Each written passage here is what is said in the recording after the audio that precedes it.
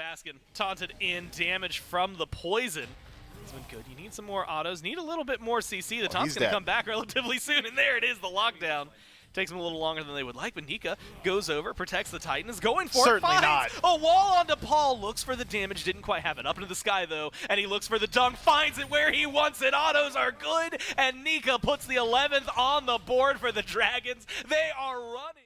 Hunbots who could just roll through, drop Fear No Evil, and present Paul the opportunity to jump on a god that has very long charge up on her escape ability. Could make it difficult for Dardes. I imagine a good deal of camping in Dardes's future. Especially when you also have the knock-up and everything available for you on the Hebo. Yep. So it's not even like it's just sign up. Like, you drop a Fear No Evil, that's going to give you a massive opening late game, but then the knock-up, just to make sure that Dardes has an even more of a rough time. Could cause maybe some trouble for this Athena as the game goes on. We also have someone who we haven't seen in a little while. I'm actually surprised to see the Dragons getting scrappy over here in mid as of right now, but it's in this lane, exactly where I wanted to go. THOR, right, he has been over here. It has been kind of common, not unexpected to see Nika playing it, but the Vamana, who hasn't been around for a little while. Do you like the way he meshes with the Ferryman and specifically plays into like the Dragons comp? I think Vamana's generally just a plug-and-play pick. He doesn't have anything that is specialized. It's, hey, I'm going to jump into Colossal Fury, and I'm going to hold W, and I'm going to hold N1. You watch me get big. It's peak performance immediately. So Vamana is entirely dependent on whether or not itemization favors him or if he's in a good spot with his kit. I think he's in an all-right spot right now with kit, and I think itemization does favor him, so wouldn't be surprised to see a little bit more of Vamana going forward. He also is in a decent spot considering some of the hunter builds that we've been seeing recently. And you can see Cyclone's been already going towards that standard ability Artemis that he's been very keen on recently. Yeah, I don't really see a world where ability Artemis is doing anything substantial to a Vamana. When he's diving back there, it's going to be on just about everybody else, so Baskin's got a clear and easy target. The only saving grace for Cyclone... Oh, excuse me. He's not diving. I've got my teams completely mixed up. Why'd you let me go so far, I was Gore? trying to figure out where you were going with it. Why'd you let me go so far? Oh, it's so early in the morning. I didn't have my coffee. I'm sorry. You're right. I should have jumped in. Auto attack Shibalake, actually pretty good into Vamana. Everything I just said, unintelligible and stupid. Yeah, and maybe even reverse it. And it might not even matter. Baskin, first-blooded Nika, gets aggressive. I'm so embarrassed. Alongside Lasbra. But to your point, it goes to show someone who's just using abilities there maybe doesn't get the kill. The auto attackers chase them down and do exactly what they need. Thanks for keying me back in. Yeah, turn it around, reverse it, Timothy Chalamet style. Yeah, Vamana's still very good though. I mean, at the end of the day, still going to be very tanky. Come late game, still has the opportunity to dive that back line. Not that you're really going to have too much to dive. It's really just Vote holding up the back line. Dardes is essentially just another frontliner on this Athena, all of his damage. So low range, it's all dive on the Jade Dragons. If that leaves Vote on an island, maybe Baskin can deal with them. Do you think, though, you know, with the way we've seen it, and obviously this has been open because Artemis is the one really ability-based hunter right now that, or not even ability-based, like she's kind of 50-50, but she is being built that way. And she's doing a lot because of the scaling, right? It's like 75% I think on her 3 and then 100% on her 4, on her ultimate. It just feels really, really solid. Not a lot of other hunters, like UL is another one who can pick those up, but usually isn't necessarily huge in the meta, especially as of right now. So does Vote, you know, are the items right now so heavily handed? When I think Vamana, I'm thinking like chin size. I want to shred health. Has that been like the go-to enough that you can lean on that, or has crit been in there? I've been seeing it sprinkled through a lot of these hunters. Is it just too crit heavy right now to have Baskin be impacted? Yeah, it's interesting, right? Because kin size is an incredibly strong item that has gone largely ignored throughout this event. You'll see Zatman tweeting about it recently. Hey, where's all the kin size? All these warriors have got 4,000 HP. What's going on? And it seems like a lot of people just have not been able to slot it into those builds. Cyclone Spin, though, he's in some trouble. He's got a lot of HP to play with. Ooh, not a lot anymore, though. The damage is there. You need No one way. more auto. The ball hasn't branched. Oh, and it almost connected off the tower. The reach from Dardes almost hits, but all of them come short. Cyclone Spin somehow lives under the tier 1 despite the best efforts of the Dragons. And now, how much worse could it get for him? Nika, low health, does have the hammer, and is able to get away, but pressure from the left side on the Dragons. From the Dragons. Falls short. And I can't believe Cyclone lived. No, yeah. Once Defender of Olympus landed, I thought to myself, what's going on, right? I mean, that's 60% of Cyclone's HP just immediately there. But some of those auto attacks slightly off the mark from Vote. Darkest of Night's timing, I think, could have probably been better used, though. Having it while Cyclone is already stuck in the River's Rebuke, already getting slammed by the Athena. I mean, him not being able to see it never really came into play because they were barrel stuffing him the entire time. Had he held on to it, the extended range maybe secures that kill post getting into the tower, unfortunately for him. I'm not really going to blame Vote. You kind of want to use everything at the same time anyway. That's general Smite MO. But, you know, if we're being nitpicky, maybe could have held on to it a little longer. I just got to talk about his Aegis, which might be the MVP here for Cyclone Spin. I mean, that pickup early, A, was massive, but then B, how much it gets for him. Now, River Styx comes flowing through here in an attempt to either steal the shield buff or get something going from Aurora, and it doesn't really do either. But he's doing exactly what Aurora and everyone has ever described his playstyle as, which is be annoying on the map, and it is getting aggressive, forcing the Dragons to pull the purple buff away. Experience camp as well, just to make sure that you're picking everything up. It looks like Aurora did get at least one of those going towards him. And a deep ward placed for him. And so, explosive, I would say, is this game. And it kind of matches with what you were saying, what the desk was saying as well, is like yesterday we saw the Dragons find success in the early, and this is a comp that, with especially Athena doing what Athena's doing, wants to play a little earlier, especially compared to like a Hunbats and a Hebo. Yeah, just getting anything aggressive early is so important for the Jade Dragons. And one of the mainstays of Athena in a side lane or in any lane where she isn't just legitimately support is that you want to play wherever she doesn't belong, right? So in the solo lane, make plays in the duo for a solo Athena. In mid, you can do in either side lane. Cyclone in a little bit of trouble. Goodness. Doesn't have the Aegis this time. 12 seconds to that one's back. That's how the delete button was supposed to work last time. The Dragons put a second on the board. And Mifflin, they kind of make it look simple. The River's Rebukes from Mike, 2 times in a row, they have hit exactly the way the team needed. Yeah, Cyclone, I mean, it's almost a death sentence now. Get hit by River's Rebuke, you're probably just going to die. He doesn't have a standardized leap. There's no Phantom Shells available. Cyclone's going to get hit by that Athena ultimate every single time. Fortunately, Aegis back up now. He's about 4 seconds short of it last time around, but should be able to survive the next exchange. That's something you could just repeat on the Jade Dragons. I don't really see any reason to stop. Keep putting Vote ahead. You're going to be able to leverage it into a Gold Fury sooner rather than later.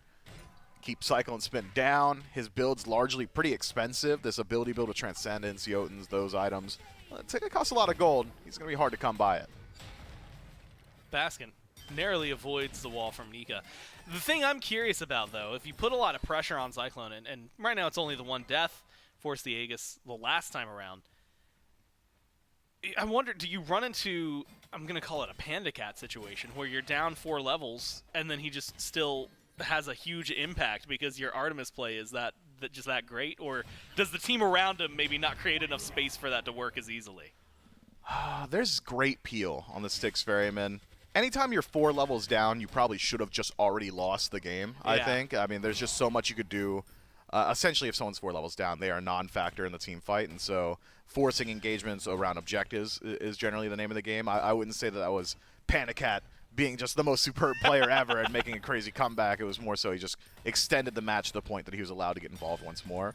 So Cyclone Spin could find himself in that position, but it would take him a little bit longer. Okay. Again, if he decides to continue down this ability route. And Artemis is a little bit susceptible to just getting dove continually forever. There's never really a point where she feels safe because of just how her kit interacts with what the Jade Dragons have drafted for themselves. So value in camping the duo lane, to be sure. And it's not just Cyclone. Aurora's gone for a pretty squishy build. Chronos Pendant in first slot.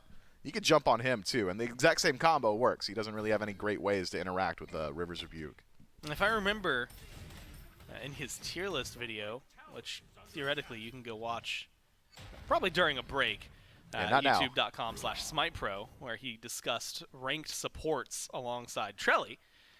I remember him talking about the Charon and very emphatically saying he's really great, get Chronos Pendant. Like, he wanted Chronos Pendant on him. And so, like you said, it does keep him kind of squishy. And I guess the real thing to look at is, do you still want Prophetic Cloak in this case? Do you still want something like that, even though it's going to be delayed so long? Like, will you have time to stack it? I think Prophetic Cloak's something you can get away with on Charon, for sure. He just has really good poke. All of his abilities are ranged, so you're going to connect with him pretty easily. You don't really need to put yourself out of position. You might have a harder time, like, grabbing the physical cloak stacks if he decides to go that route, just because by the time he finishes the item, he probably won't be hanging out in the duo lane too much. But as far as just the ability to hit people, I mean, clearly, you got it. And I don't think we're worried about Aurora playing aggressive. You know what? That's on me for assuming that Aurora would have trouble hitting people based on his career. So maybe a small moment in mid, as you mentioned, he has now rotated over. Still relatively squishy. We'll have to watch carefully to see how this duo between Dardes and Mike will work, right? And Athena alongside Yamoja is not something that I'm admittedly well-versed in side-by-side, say for the few games we've maybe ever seen with them both on the team. But even then, like you had mentioned, Athena, most of the time, even if it's the dragons throwing or not in solo, it'd be in the jungle. But it is going to be Mike, and the shield buff right now being pressured. The Ferrymen have 3 here, and they're going to secure that one. Let it go over towards Aurora. Nothing too crazy happens. Looked like they could have gone in for a fight with Paul right there, but just don't need to. You know, I'd really like to see some more from Sino now. And I understand he's taking a slower pace because he hasn't gone for Jotuns in first slot. You got to be a little bit choosier with your Fear No Evils because you won't have nearly as many of them. We'll get a little bit of CDR as he finishes up his recipe, as he gets that Hydra's done. Maybe if he's lucky, he grabs a blue mask as well. But just want to see some sort of pressure. If you could force a defensive beads out of Dardes or force the defender of Olympus defensively, all of a sudden Cyclone Spin has pressure alleviated without even having to make a rotation all the way over to the duo lane. Lazara has been getting pretty active around the side lanes, has been very active in the solo, so I guess that's been distracting Sino a bit, but feels like a great opportunity to just jump into mid and make something happen there. It almost plays in what I was saying earlier. Athena wants to play in every lane that she doesn't play in herself. You kind of want to play in Athena's lane then. Do what she doesn't want to prevent some of that aggression. Hasn't really cost him too much, though. Seems the Jade Dragons don't want to play in mid, so Stygian Beacon to the Ferrymen. Yeah, I mean, that's maybe the biggest example. I haven't seen a 12-minute Beacon that when at least even without just a little bit of scrap, right? Like occasionally, like your mid laner at least wants to throw an ability out there. This time around, it was a very simple walk forward and capture it from the Ferryman. Nothing too intense. Maybe opens up an opportunity elsewhere. This shield buff has been incredibly popular. There's going to be a Fear No Evil. Is not going to be successful in stealing that away, so Vote's going to get the shield buff, and there's not a fight afterward either from the Ferryman. And so, a couple things go wrong on left, and Mifflin more so. We finally get maybe a little bit of what you were asking for, but it doesn't really result in maybe what either of us would have been looking for. Not only that, but Sino doesn't have the CDR yet outside of the bow. And I just got a major indicator of the thought process of the 6 Ferrymen. If Sino is willing to drop Fear No Evil to contest a neutral camp just for a little bit of farm, they don't want to fight at all. They're trying to just slow down the game, meet the Jade Dragons at 30-some-odd minutes. So now it's on the Jade Dragons with that info. Hey, Fear No Evil's down. Let's make something happen. Gold Fury going pretty quick. It's already low. Bounce back and forth. There goes the wave. A little late. Damage comes in. The Dragons get that. But now the follow-through for the Ferryman is there. Low health bars here for the Dragons. Dardes low in the back. Vote low right next to Sino. Needs a couple autos. The Aegis buys some time but does not keep him alive. Bat out of hell from Lasber. Gets him to disengage. Up into the sky goes Nika, and he's going to re-engage. Tries to land on Sino. Misses the dunk and a leap over the wall. Gets Sino out of there. Hammer, teleport. Closes the gap. Wall. Gets a stun, but the damage onto Paul, and more importantly, the number of Ferrymen nearby force Nika to fall back, and it is a small scrap. Vote goes down, but the Fury goes to the Dragons. I mean, it's a pretty worthwhile trade. Gold hasn't been adjusted whatsoever. It doesn't seem like it was worthwhile at all. We'll see some of that farm sort of stack back up for the Jade Dragons as they return to their lanes, start grabbing some of those buffs themselves, but even just removing the Gold Fury from the map has value in of itself. If you think you've got the potential now to drop the Pyromancer a little bit later, desyncing neutral objectives, even on an even trade, can create opportunities to establish leads a little bit later on. It's the Styx Ferryman, first on the scene for the Pyromancer, immediately pulled out, and Baskin's doing what he's been doing for the last 14 minutes, and it's WM1 onto Nika. And something tells me no matter how much longer this game goes, let's just ballpark it at 15, right? That'll put us 30. I think he's going to be doing that for the rest of the game, too. WM1. Just the style of play. Now he has a Runic Bomb as the Pyromancer goes over to the Ferryman, though, so at least answering objective for objective. We saw the charts a second ago after the Gold Fury, now with the Pyromancer as well. It's dead even when it comes down to gold, and experience is sub 1,000. You spread that across all 5 players. Keeps it pretty close, neck and neck. And more importantly, you know, you're only seeing the massive, well, quote-unquote massive difference for Aurora right now, right down 1 level. I think massive for Cyclone to make it back to where he's at, and if they can get a kill on the Mike, which without a heavy investment doesn't seem too likely here, you're going to continue to see, I think, this team flourish. And like you said, the Ferrymen are looking to just prolong this game and extend it. And we saw the Fear No Evil on the shield buff last time around with no fight, and it was reminiscent. I think the first one that we saw this game was at the green buff, specifically to make sure Dardes couldn't take it while Sino went for a steal. So he's just trying to farm up. Unfortunately for him, hasn't been able to match the farm of Lasbra so far, and Lasbra seems to have caught eyes on the Styx Ferryman strategy. Hey, this is probably going to go a little bit later. We haven't really been fighting too much. I can get away with a slightly greedy build, Transcendence 3rd slot. Let's just keep stacking. Let's keep getting stronger. So I have my best odds as the game starts to develop. I really expected to see the Jade Dragons play a bit more aggressively, consistently, but it's the Ferryman in. Yeah, this Fear No Evil grabs Dardes, forces Bat out of hell. Paul, who got aggressive alongside Sino, ends up going down first with massive rotation. Sino had nothing to save himself and will go down second. You wanted to see him get aggressive. The Ferrymen lead the fight, but the Dragons end it. And they're going to keep pushing. River's Rebuke just a little bit late. Mike stops to look at him. But Baskin locked down. The dash should be good for the distance necessary. The front line will stay safe. Carry's still over in their safe haven and left. And a couple kills go awry for the Ferrymen as the Dragons step forward.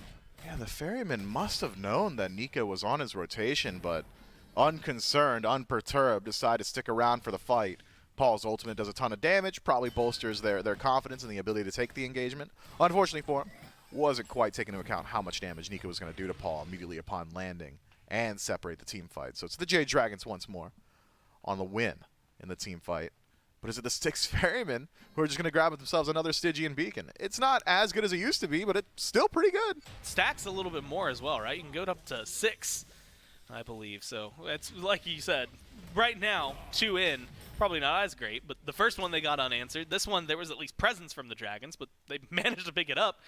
You know, if we're going to yesterday's timers for the Dragons games, then you're going to be sitting here and you're expecting at least 3 more beacons that if they capture, at that point you're going to start feeling it. Like you said, the changes, though, and what it gives, maybe taking not even that much away from the Ferryman. We'll see if they can do something with it. Aggressive on the green buff, on the Mike specifically. Bully the Emoja has been the gameplay, and it's just to create some space. Primal Fury is up over here on left. Aurora's going to pull it. The Dragons do know what's going on. Baskin spots them all out. A 5v5 rotation. And unless they find a good pick here, it's not going to be massive. Good taunt. Goodness. Into some damage from Nika. But I don't think the Ferrymen want to catch anything here. The Dragons, yeah, are definitely hitting way too hard after seeing what Vote was able to do with just a few autos to Sino. And I think that's going to be a retreat from the Ferrymen to let the Dragons just have this space. Yeah, Dardes is in such a good position now. His damage incredibly high, and now with Magi's, it's not nearly as easy to jump onto this Athena. Feels like you maybe missed an opportunity on the side of the Styx for him, and those Fear No Evils have been largely used defensively. So Dardes now makes contact with Paul, but make no mistake, it may look like Dardes lost that fight, but that is a high-value trade. Crushing Wave, very necessary for the Ferrymen. It could have been big around a Pyromancer, which is what Paul was looking for to begin with. Now that's been picked up. Ferrymen are going to be able to get the second Pyromancer this game. River's Rebuke thrown out. Sino's low in the back, and that's going to be a kill over for Dardes. Now aggression from Nika. Dunks in, finds Baskin. The lockdown's good for a little bit, but now Big Baby goes crashing through. W and Mouse 1. It's what he does. Taunt good from Aurora. the fear, I should say. But it doesn't necessarily fund what they need. Paul has nothing to work with. No health bar left. Dardes dashes under the tower. Finds that one. Baskin, no ult, no health, no healing. Gonna get slowed by Lasbra. The chase is on. The stun is good. And the kills just keep rolling through for the Dragons as they find 3. Yeah, the Ferrymen are just all over the place, aren't they? No significant grouping, losing out on resources a little bit early on in the fight. Sino, a slight overstay, gets essentially soloed out by Lasbra. Tough stuff. And the Jade Dragons always good at pushing the lead when they've got it. Fire Giant, I mean, it's just Dardes nearby to try and zone out, but there's no one on the 6 Ferrymen anywhere within the zip code to even contest it, and so the Jade Dragons, that's a clean win for them. The 6 Ferrymen, I mean, they're just not team fighting, Gore. They're just not grouping up. Haven't seen a Caledonian Boar, haven't seen the Fear No Evil. It's a strong initiation composition from the Ferrymen, but they're kind of letting the Dragons choose every fight. I haven't been the ones on the forefront of anything. Blows my mind, though. Fire Giant goes over power play here for the Dragons for a while. And what has ruined me in this case is the fact that I'm realizing... Is he good? Oh, man, no way. There's no way. Okay, Sino's going to get out of there. Dardes is putting in the work on the board. And at least going to force the jungler to fall back. But Mifflin, there's 11 towers still on the board. The Ferrymen still have all of theirs. This has to be a massive Fire Giant. Ferrymen secure themselves the Primal, though not without some attempts here from Vote as the autos come out. So we finally get to see the Ferryman group. Maybe a little bit late if you look at the scoreboard, 7-1. But now, 21 minutes in, we get some semblance of fight from them, at least around an objective.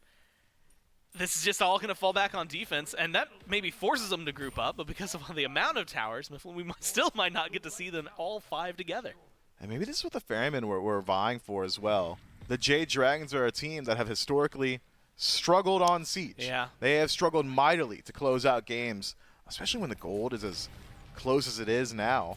I can see the Styx Ferrymen liking their odds, especially on defense. I mean, it's such a committal Siege from the Jade Dragons based off draft. You're not really poking from a range too well. I mean, Dardes has to get point blank to get involved. There are ways back in for the Ferrymen. They've got really good defense here. Well, Sino goes for a Fear No Evil in mid. Nobody else is really there yet, so he gets an extra hit. I think an overhand smash onto Dardes, who just heals it up and doesn't have Beads to worry on about Mike.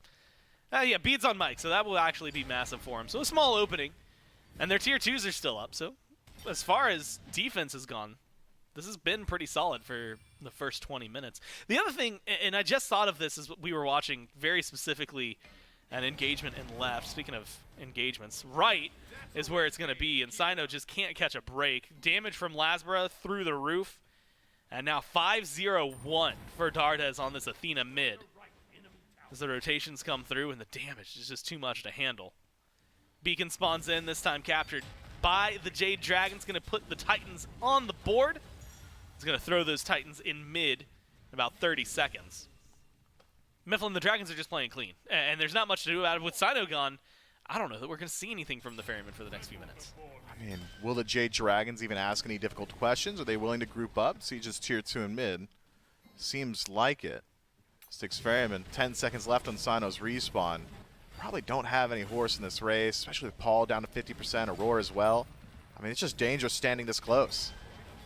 Aurora taunted back in. There's going to be the damage, man. It is 9-1. The Dragons are just not letting them catch a break, and what a wall, what a stun, what a dunk. Forces the Fear No Evil out of Sino to peel himself away, but it's just to get back to the fountain, has to run and turn tail. Now damage coming in. Defender of Olympus gets a little bit of splash, but not too much. Baskin zoning out the Jade Dragons to the best of his ability. Taunt is good. Damage is there. Vote finally falling low, and with the Chaos Titan surging forward, that's going to be the Dragon's sign. Start to fall back. DPS that as best they can. But it is a nice amount of breathing room for the Ferrymen, who otherwise were shoved under the Phoenix. Yeah, and now you've got the Titan, the Order Titan, starting working down mid. I mean, it'll distract the Ferrymen. I don't think you want to siege with it, considering Fire Giant's just worn off. But maybe, I like this call. Wait for him to group up on it and jump on him. Baskin taunted in, damage from the poison. It's been good. You need some more autos. Need a little bit more CC. The taunt's going to come back relatively soon, and there it is, the lockdown. Takes them a little longer than they would like, but Nika goes over, protects the Titan, is going for Certainly it, not. finds a wall onto Paul, looks for the damage, didn't quite have it. Up into the sky, though, and he looks for the dunk, finds it where he wants it. Autos are good, and Nika puts the 11th on the board for the Dragons. They are running through the Ferryman right now. Sino taunted in, killed off. Phoenix goes down. They've got a low health bar in Nika, but 4 healthy members, and the Titan still with them as they walk into the Titan room of the Ferryman. Cyclone pushed out. Rivers Rebuke creates the walls, and all they need at this point is a little bit of damage, and they've got plenty. The Titan gonna fall down as they play with their food, and game 1 here goes to the Dragons. I've got only good things to say about the Jade Dragons. I feel like they didn't hit any speed bumps this game. The weakness of Athena mid is playing in mid. They didn't have to do that. They just played through the side lanes. Yeah. Nobody punishes them there. Nobody even trying to get involved in mid from the Styx Ferryman. Team fight phase is what the Ferryman were aiming for, but they fall so far behind, around 2,000 by that 18-minute mark, that it felt like they were no longer willing to take that team fight. And then if you're drafting for that and then not playing around it, what are you going to do just about ever? I can sing praises of the Jade Dragons just about forever.